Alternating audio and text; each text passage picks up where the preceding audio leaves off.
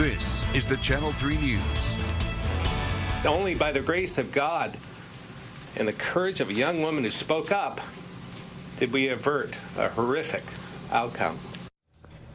That's Governor Phil Scott talking about a foiled plot to shoot up Fairhaven Union High School. Thank you for joining us at 6. Police say that plot was concocted by 19-year-old Jack Sawyer. He appeared in court today to face charges of aggravated attempted murder, attempted first-degree murder, attempted aggravated assault with a deadly weapon. The plot took days to unravel, but most importantly, there was no attack and no one was hurt. We have team coverage tonight. Kat Villanzoni was in court for Sawyer's arraignment. Dom Amato is in Montpelier, where the governor says that he will be considering any measure to keep kids safe at school. And we're going to start with Kat, who has the details of this plot. And Roger and Kristen, it's a plot that police say might not have been unveiled if that concerned citizen had not come forward, that young woman who the governor mentioned. They praised her today. They also say that it's lucky she came forward when she did, because they say Sawyer, for the last 3 months, had already been keeping what he called the journal of an active shooter. In it, he listed the weapons he would need to carry out his plan, his thoughts about the high school, and also a list of students who he thought should die. 18-year-old Jack Sawyer walked into Rutland Court in camo and handcuffs Friday afternoon, charged with plotting to carry out a mass shooting at his former high school. Well, there's been 18 school shootings since January 1st, and you always think in my career, like, this is Fairhaven. It's not going to happen here. Chief Bill Humphreys says they were first alerted to the threat Wednesday. Someone told police that on Monday they heard Sawyer was acting strangely and had made threats against Fairhaven Union High School. Then, police were told Sawyer had bought a shotgun at Dick's Sporting Goods in Rutland, along with ammo. But when police spoke to him on Wednesday, he told them it was for target practice and said he hadn't made any threats against the school in the past 2 years. We had found no probable cause to make an arrest. But that changed the next day when a juvenile from New York alerted police to disturbing text messages from Sawyer, reading in part, "Just a few days ago, I was still plotting on shooting up my old high school." And then, in response to the school shooting in Florida, "That's fantastic. I 100% support it. I think the human population sucks, so I like to hear about cases of natural selection.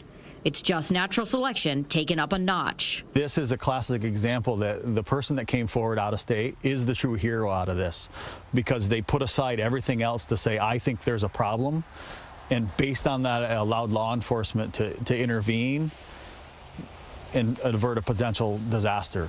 During an interview with police, Sawyer allegedly confessed to his plot.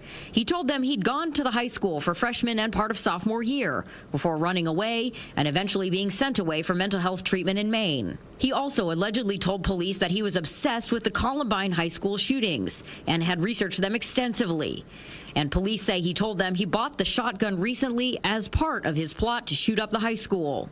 Sawyer allegedly told police he planned to take out the school resource officer first and then use an AR-15 and other guns to kill as many students as he could before taking his own life.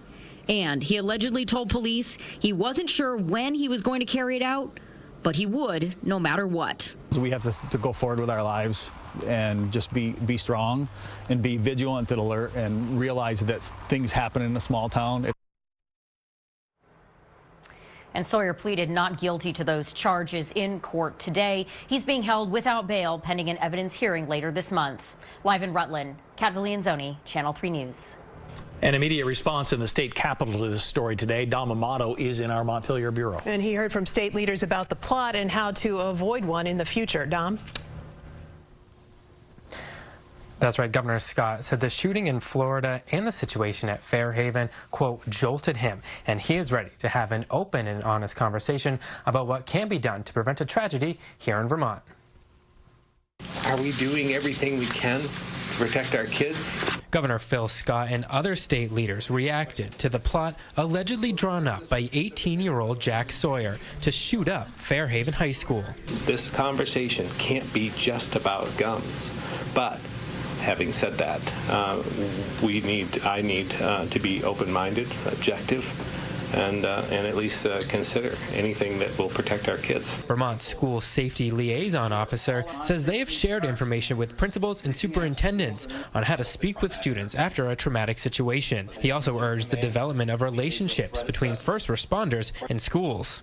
These partnerships ensure that key relationships have been developed, actionable plans are in place, and the strengths are used to fulfill their fullest potential. Because of this plot, various state agencies will work with schools in March to ensure those connections are made. Evans also urges the public and students to speak out if they notice suspicious behavior. No piece of information is too small. If you feel it could potentially keep a violent act from taking place, we must share these concerns with school safety partners in our efforts to keep these tragedies from happening in the future. Governor Scott, who has protected Vermonters' right to bear arms, says more conversation needs to happen to keep guns out of the wrong hands. So I'm committed to working with the legislative leaders to identify policy changes that may better ensure the safety of our children and all Vermonters. He knows it won't be easy, but says protecting kids and the public is his top priority. I know these conversations will be passionate and solutions are not going to be easy, but they are important to our children, our communities, and to ensuring we remain the safest state in our country. Scott says schools, as well as state and local police, will be reviewing their active shooter policies and procedures to ensure they are effective. Scott hopes to have that work done before students return from February vacation. Reporting live in Montpelier, Dom Amato, Channel 3 News. The holiday week.